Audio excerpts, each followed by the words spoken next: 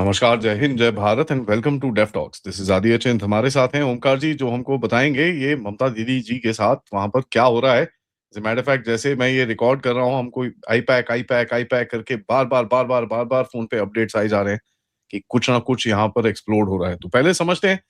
नमस्कार सर, पहले तो वेलकम एंड थैंक यू आपके टाइम के लिए। सर, मैं ये पूछना चाह रहा था, ये पूरा चक्कर आई पैक का है क्या? क्योंकि कहने में सुनने में तो ये आ रहा है कि ये जो जो भी ये आईपैक है, ये टीएमसी का आईटी सेल है। प्लस यहाँ पर टीएमसी के काफी जो टेढ़े-मेढ़े कारनामे हैं, उनका भी ये पूरा हब सेंटर है। मतलब वहाँ पर ही सारे कारनामे किए जाते हैं।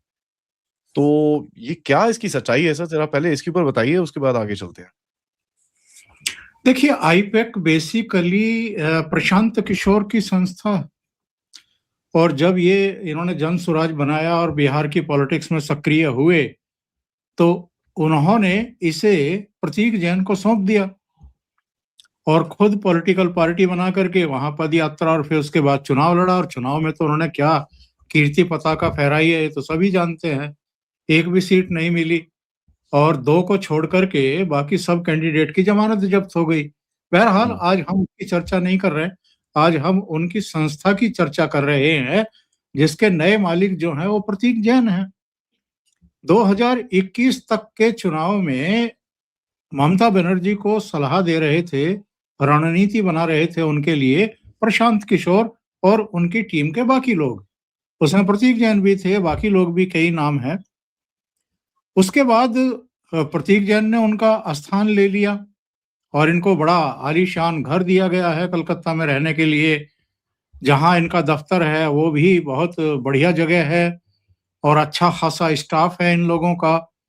तो करोड़ों अरबों रुपए के वारे न्यारे इस आईपैक ने किए हैं।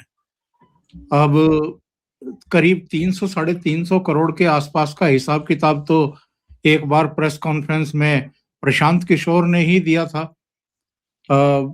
और कुछ और जानकारियां दी थी। और ये भी कहा था कि कुछ चीजों को छोड़ करके बाकी सब मैं अब जितनी भी संपत्ति मैंने अर्जित की है अलग अलग पॉलिटिकल पार्टियों से, उनको सलाह देने, उसके लिए स्ट्रेटेजी बनाने के लिए के एवज में, वो सब भी मैं अपनी जन स्वराज पार्टी को दान में दे रहा हूं। तो वो एक अलग मसला है। लेकिन ये जो आई पैक पर ईडी ने छापा मारा है, ये मुकदमा सीबीआई ने दर्ज किया था 2020 में। और इसमें जो कोयले की तस्करी से काला धन बनाया गया है, उस काला धन की हवाला के जरिए, मनी लॉन्ड्रिंग के जरिए गोवा में उसकी कुछ रिसीविंग हुई है।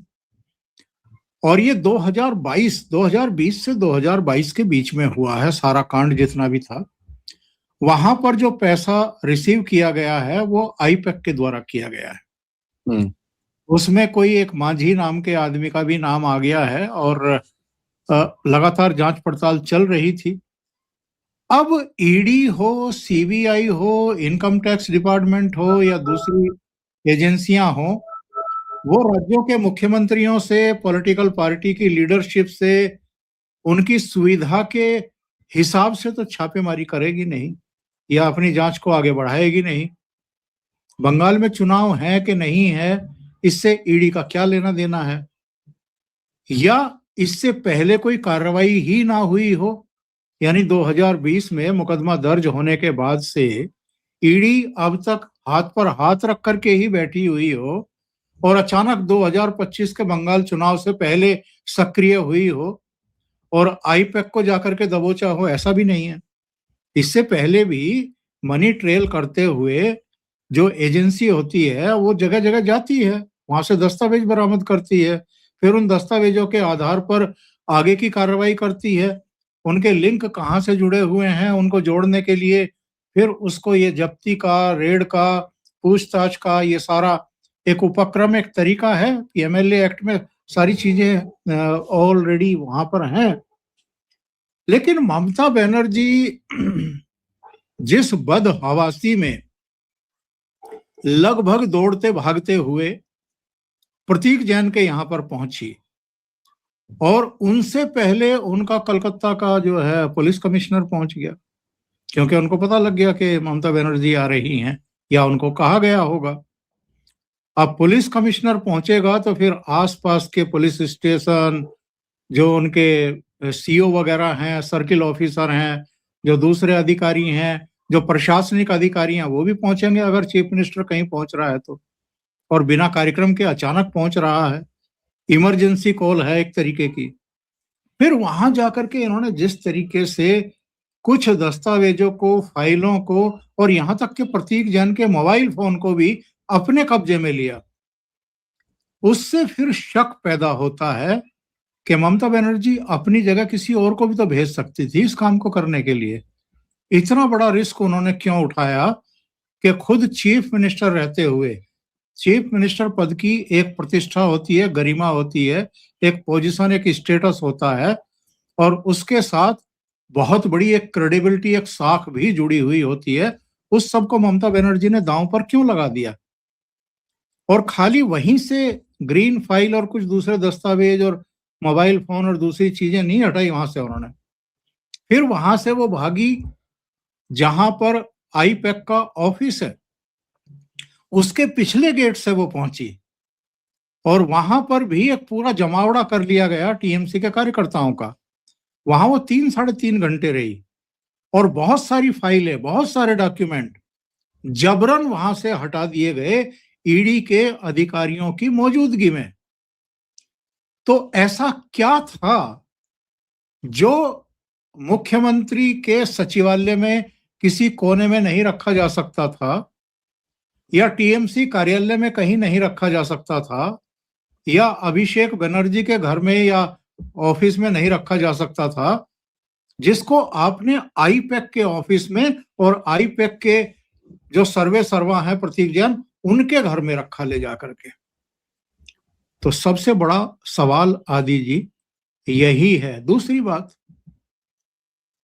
जब ये वहां से निकली तो कुछ विजुअल्स देखे होंगे आपने और दर्शकों ने, ये माइक लेकर के लोगों को संबोधित कर रही हैं वहां पे। सर बाकी सब ठीक है, इनके पास माइक एकदम से कैसे पहुंच जाता है, मेरे को ये नहीं समझ में आता।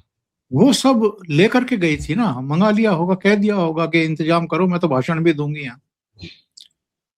तो वहां माइक लेकर के आप भाषण दे रही हैं, पॉलिटिकल गेम खेलना शुरू कर चुकी हैं। और पॉलिटिकल गेम और ये ब्लेम गेम आपने क्यों किया? ये जेस्चर क्यों बनाया कि आप इसको पॉलिटिकल लड़ाई के रूप में तब्दील करना चाहती हैं? यानी एक तो आपने मैं कहूंगा कि डकैती मारी है कि आप हिंदुस्तान के इतिहास में आज तक कभी नहीं हुआ, और जब से पीएमएलए एक्ट बना है उसके बाद से भी कभी ऐसी तरह की घटना नहीं हुई कि ईडी कहीं रेड कर रही है और कोई चीफ मिनिस्टर पहुंच जाए। चीफ मिनिस्टर तो छोड़िए, कोई मंत्री, कोई बड़ा अफसर भी आज तक जहां रेड हो रही है वहां पर नहीं गया, और उसने किसी तरह के दस्तावेजों में खुर्द-बुर्द करने की कोशिश नहीं की। इन्होंने तो एक तरीके से छीना झपटी करी, और ये जो कल शाम को ईडी ने अपना वक्तव्य जारी किया है उसमें बाकायदा कहा गया है कि वो छीन करके ले गए। उन्होंने कहा संवैधानिक पदों पर बैठे हुए लोग आए और दस्तावेज, महत्वपूर्ण दस्तावेज छीन कर ले गए। तो ये बेहद गंभीर मसला बन गया है। इसमें 2-3 सवाल खड़े होते हैं। पहला ये है कि ऐसा क्या था कि चीफ मिनिस्टर को अपनी पद, अपनी पोजीशन, अपनी साख, अपनी गरिमा मर्यादा को ताक पर रखकर भागना पड़ा उनको कब्जा, अपने कब्जे में लेने के लिए? ऐसा क्या था उसमें? ऐसी कौन सी संवेदनशील जानकारी थी? दूसरी बात यह है कि चीफ मिनिस्टर खुद ही क्यों पहुंची? किसी दूसरे आदमी को क्यों नहीं भेज सकती थी?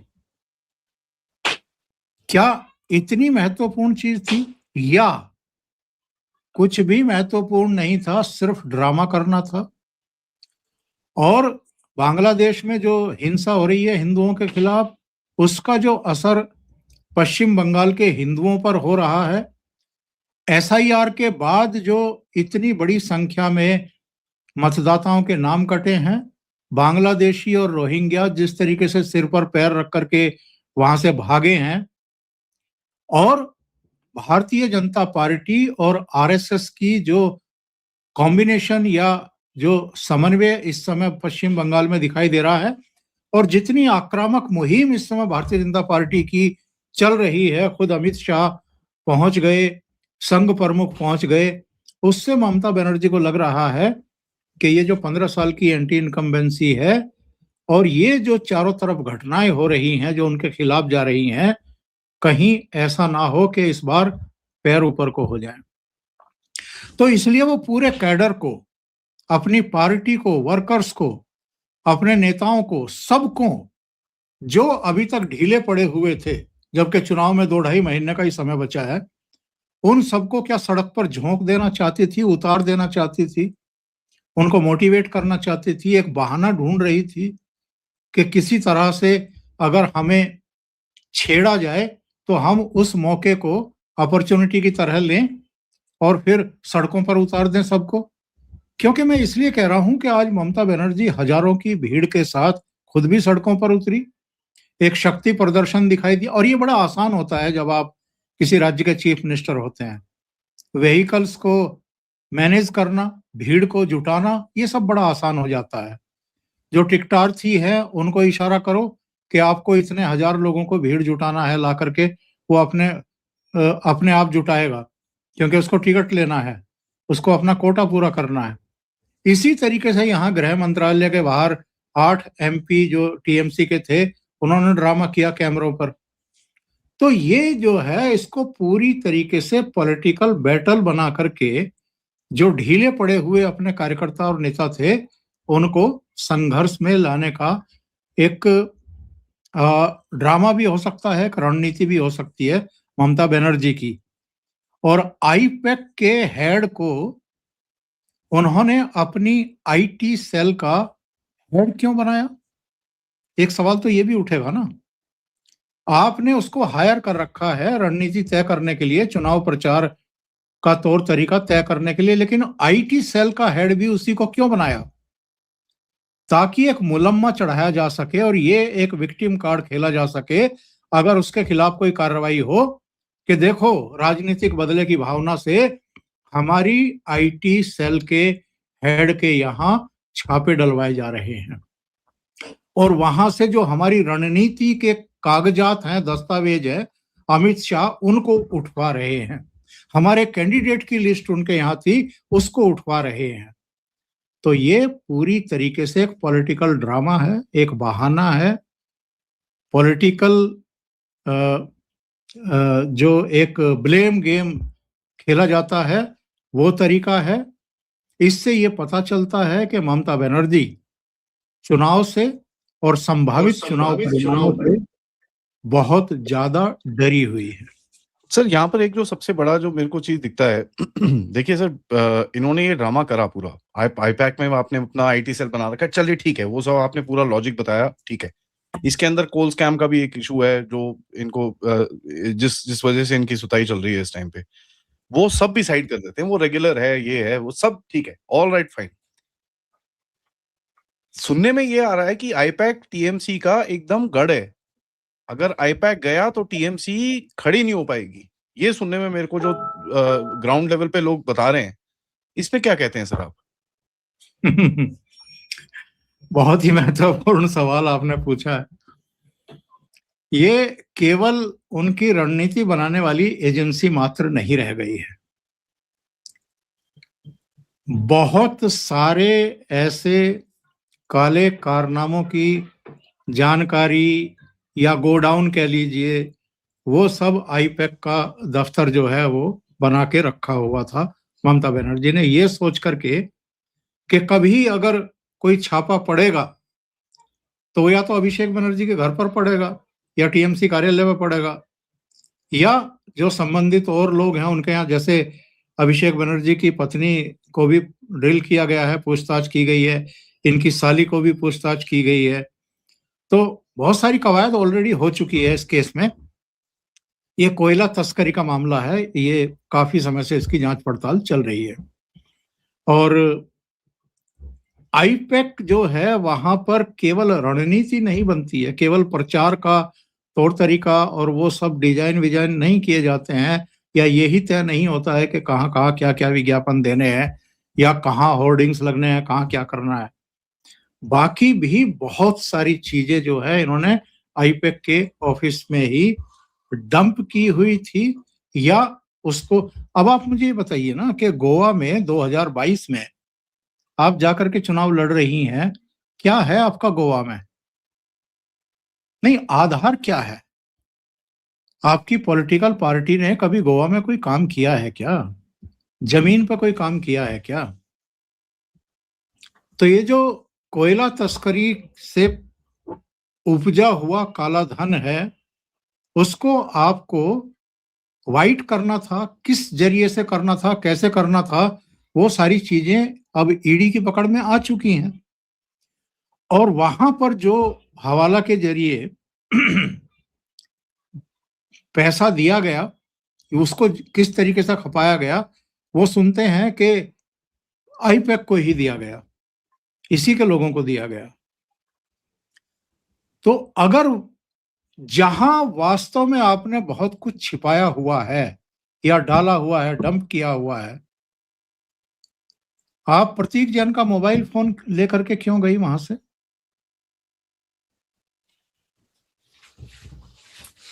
फाइलें लेकर के क्यों गई?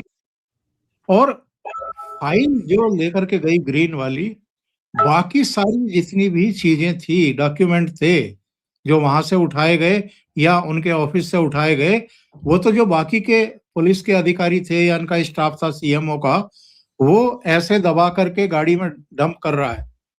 लेकिन वो ग्रीन फाइल इन्होंने हमेशा अपनी सीने से लगाए रही, उसी को पकड़े हुए संबोधित भी कर रही थी। तो क्या था उसमें? इतनी क्या हड़बड़ाहट थी कि आप नंगे पैर भागी चली गई और जाकर के आपने सबसे पहले वो फाइल उठाई और प्रतीक जैन का मोबाइल वगैरह और कुछ डिवाइस वगैरह भी ले ली वहां से। अब तो ये मामला एक्चुअल में आदि जी अब हाई कोर्ट पहुंच चुका है। हाई कोर्ट में 4-5 दिन बाद फिर से सुनवाई होगी। आज सुनवाई हुई थी, कुछ नोटिस इशू किए गए हैं और हाई कोर्ट ने माना है कि ये एक गंभीर मामला बन चुका है।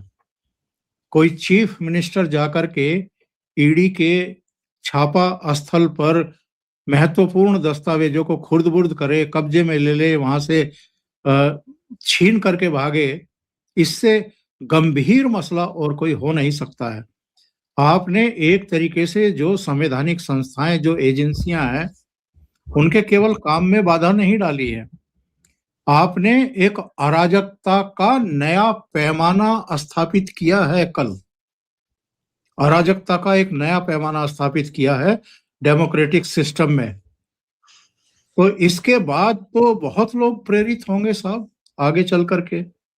बहुत लोग सीबीआई से भी छीनेंगे, इनकम टैक्स ऑफिसर्स को भी पीटेंगे। ऑलरेडी ये, जब वो संदेश खाली में एक शाहजहां नाम का आदमी था जिसके यहाँ रेड डालने के लिए शायद ईडी गई थी या सीबीआई गई थी, उन अफसरों के सिर उड़वा दिए गए थे। तो वहां पर कई कांड हो चुके हैं और सीबीआई के दफ्तर पर ये धरना भी दे चुकी हैं जब वो राजीव कुमार वाला मामला आया था, कलकत्ता के पुलिस कमिश्नर वाला जी। वो भी किसी सेंट्रल गवर्नमेंट की तरफ से क्या होगा सर आगे? सेंट्रल गवर्नमेंट, खास तौर से मैं प्रधानमंत्री नरेंद्र मोदी के रुख का इंतजार करना चाहूंगा। ये परफेक्ट केस है 356 का, राष्ट्रपति शासन का। और बहुत सारे लोगों का कहना है कि शायद ममता बनर्जी केंद्र सरकार को इसी के लिए उकसा रही हैं कि वो 356 लगाए, राष्ट्रपति शासन लगाए, तो वो विक्टिम कार्ड खेल करके सहानुभूति अर्जित करने की आखिरी कोशिश करे। क्योंकि सारे दांव पेच उनके हाथों से निकल रहे हैं। पब्लिक में नाराजगी है, वो समझ चुकी है। बांग्लादेश जल रहा है, हिंदुओं का वहां पर कत्लेआम हो रहा है, वो जानती हैं। एसआईआर हो चुका है, जिनके दम पर ये खेल कराती थी वो भाग चुके हैं नदियां पार करके। तो अब इनको लग रहा, अपने कार्यकर्ता भी इनके ढीले पड़े हुए थे, सबके कंधे ढीले थे, तो इनको लग रहा है कि शायद कुछ केंद्र रहम कर दे, राष्ट्रपति शासन वगैरह लगा दे, तो मैं एक विक्टिम कार्ड खेलूं कि देखो एक चुनी हुई सरकार का कैसे इन्होंने वध कर दिया, कैसे इन्होंने हत्या कर दी लोकतंत्र की, तो उसमें कोई संभावना तलाश कर ले। लेकिन मुझे लगता नहीं है जितने परिपक्व प्रधानमंत्री जी, जी। नरेंद्र मोदी हैं कि वो राष्ट्रपति शासन लगाने की गलती इस समय करेंगे। नहीं, मेरे को भी नहीं बिल्कुल नहीं लगता करेंगे। सर। वो इंतजार करेंगे, 2-3 महीने का ही तो समय रहा है। जहाँ 15 साल इंतजार किया है, वहाँ वो 2-3 महीना आराम से काटेंगे और आनंद उठाएंगे इनकी भाग-दौड़, इनकी नाटक-नौटंकी का, और जो भी कुछ कर रही हैं उसको देख कर के। सर एक्चुअली पता है क्या? मैं किसी से बंगाल में बात कर रहा था आज एंड वो पॉलिटिकल वर्कर नहीं है बट पुराने एक ओपिनियन मेकर हैं, बहुत पुराने। मैं नाम नहीं ले सकता, मैं आपको ऑफलाइन बताऊँगा। वो मुझे कह रहे थे कि यार देख ऐसा है, इस टाइम पे तुम लगाओगे ना, कहता है वो सिम्पैथी-विम्पैथी तो छोड़ दो, वो तो अलग चीज़ है। लेकिन इसकी जो करतूतें हैं ना, वो लोग भूल जाएँगे। पहली चीज़ वो। दूसरी चीज़ कहते हैं कि एक चीज़ और होगी कि ये उसके बाद ना फ्री हो जाएगी। अभी क्या है, ये गवर्नमेंट का पार्ट है ना, तो ये उल्टे-सीधे काम मतलब कर सकती है, पूरा सब कुछ कर सकती है, बट एक लाइन में रहती है वो फिर भी, कि बिकॉज़ गवर्नमेंट में रह के आप ये चीज़ें नहीं कर सकते। और कहती है जैसे ही आप छोड़ोगे, इनको आप 356 या जो मर्ज़ी डालोगे, कहता है ये तो पूरी तरह फ्री हो जाएगी। इसके जितने मिनिस्टर हैं, जितने एमएलए हैं, जितने एमपी हैं, जितने गुंडे हैं, सारे फ्री हो जाएँगे। इनके पास कोई काम नहीं बचेगा उसके बाद। कहता है उसके बाद आग लगाएगी ये, तो ये इस टाइम पे लगाना बिल्कुल गलत है। मैं सोचता रहा, मैं बोला यार बट यहाँ पर तो बड़ी डेंजरस सिचुएशन उठेगी। कहता है यार देखो ऐसा है, ये तो आपको जीना पड़ेगा, इसके अंदर कोई कुछ नहीं कर सकते। आपको you have to go through this, इसका कोई डाउट नहीं है और इसको हराना पड़ेगा आपको। ये मेरे को मैं समझ आ गया। आप क्या कह रहे हैं सर? मैं आपको बताता हूँ, जी। राष्ट्रपति शासन तो लगेगा, हुँ। लेकिन ये तब लगेगा जब अधिसूचना जारी होने वाली हाँ। है। अच्छा, ऐसी जब बात? अधिसूचना जारी होने वाली होगी, जी। आचार संहिता लागू होने वाली होगी, उस समय राष्ट्रपति शासन लगेगा। तब इनके पास उछल-कूद करने का कोई ऑप्शन नहीं होगा और फिर फेयर एंड फ्री इलेक्शन हो सकेगा, क्योंकि तंत्र इनके हाथ से निकल चुका होगा। तो सही समय का इंतजार कर रहे होंगे मोदी जी, सही समय का।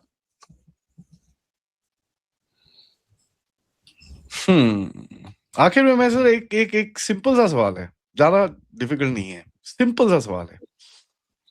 ये जो धरनाबाजी ये लोग कर रहे हैं यहाँ पर दिल्ली में खड़े होके, वो नारेबाजी, ये वो एंड ऑल दैट। इनकी जो पूरी ऑपोजिशन है, मैंने तो सर एक स्टेटमेंट नहीं देखा कहीं से। इंडी अलायंस जो भी है, वो टेढ़े-मेढ़े जो इधर-उधर के लोग हैं, वो हमारी मीडिया जाके उनसे ले लेती है स्टेटमेंट, शौक है उनको।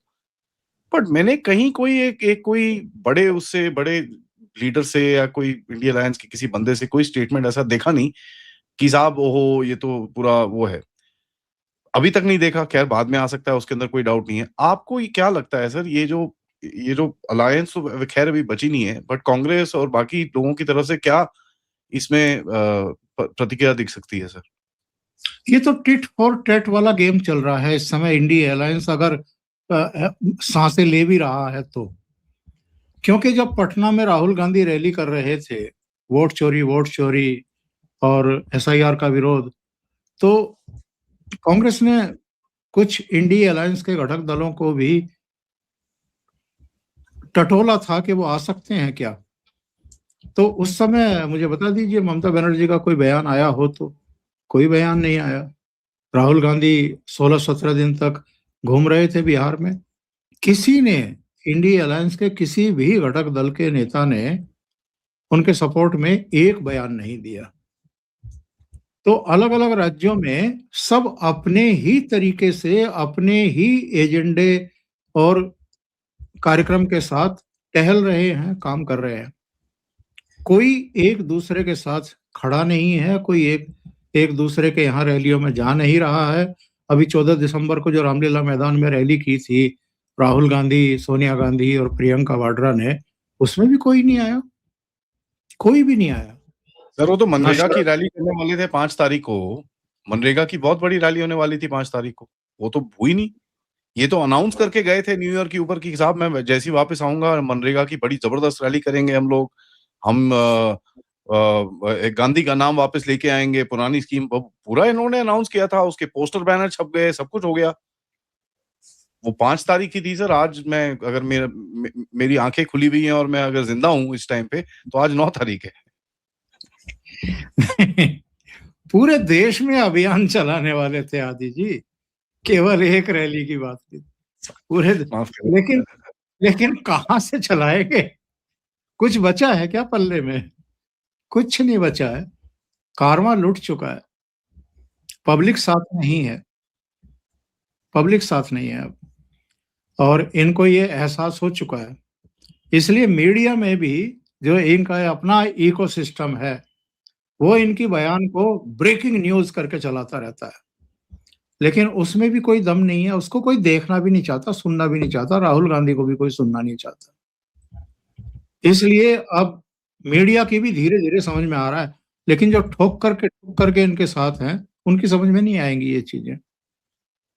ये तो जब धीरे धीरे बर्बाद ही हो जाएंगे। वैसे तो कुछ कुछ मीडिया हाउसेस को कुछ कुछ अकल आई है, इसलिए जो प्राइम टाइम में बैठ करके गंद फैलाते थे, उन सबको एक एक करके निकाला गया है।